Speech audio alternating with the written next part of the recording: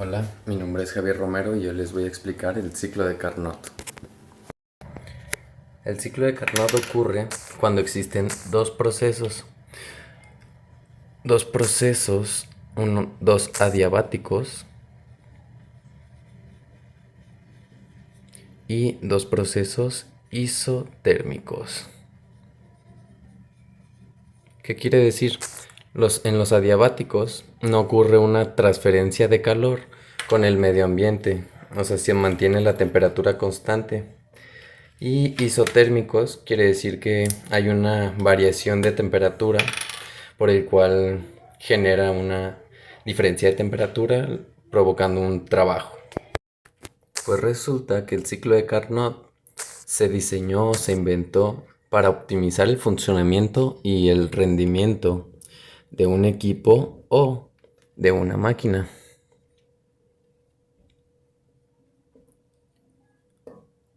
Lo que quería Carnot era aprovechar los procesos termodinámicos para crear así un ciclo constante, en el cual pudieras utilizar el calor como principal fuente de energía para generar movimientos, pero a la inversa,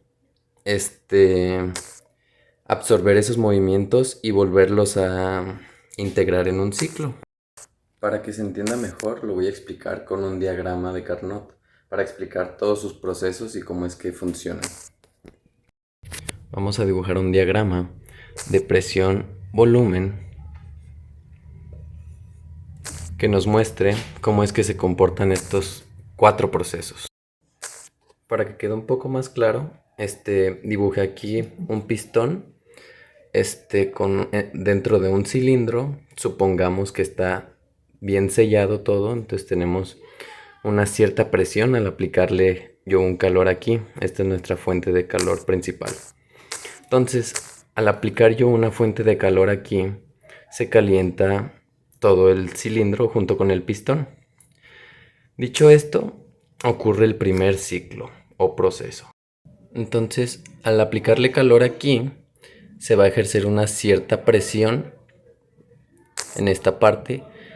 Mientras más calor, se va a expandir empujando el pistón hacia adelante con una temperatura constante. Pero esto quiere decir que en el proceso de A a B, el gas se va a expandir isotérmicamente. Esto quiere decir que se va a mantener en una temperatura constante, pero la presión y el volumen van a cambiar. En el proceso de B a C, el gas se expande de manera adiabática. Esto quiere decir que el gas está pasando de lo caliente, se está expandiendo hacia este punto que es más frío, generando un trabajo positivo. Entonces, en el proceso de C a D ocurre una compresión isotérmica. Esto quiere decir que de estar el gas teniendo un volumen mayor, lo comprime a un volumen menor. Y es isotérmica porque la temperatura de C a D es la misma. Pero, como vemos, bajó la temperatura. En este punto era más alta porque pues viene de estar calentándose el cilindro.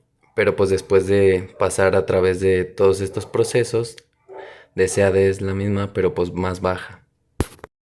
Y por último, en el proceso de D a A ocurre una compresión adiabática. Quiere decir que no va a haber intercambio de calor con el medio ambiente o el exterior.